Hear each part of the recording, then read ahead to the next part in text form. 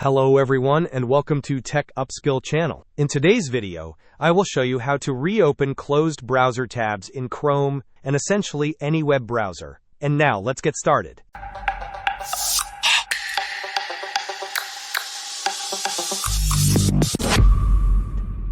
Sometimes, we accidentally close a browser tab that we still need. Fortunately, most web browsers offer a simple and quick way to bring those closed tabs back. To demonstrate, imagine you have several tabs open. For this example, I will close two of them. Now if you wish to reopen the most recently closed tab, simply press the keyboard shortcut Ctrl plus Shift plus T. If you close another tab and want to reopen it, repeat the same shortcut, Ctrl plus Shift plus T. This command works across all major browsers, making it a universal solution for retrieving lost tabs. Hope this was helpful. Don't forget to like and subscribe if you enjoyed. As always, thanks for watching, and I will see you in the next video.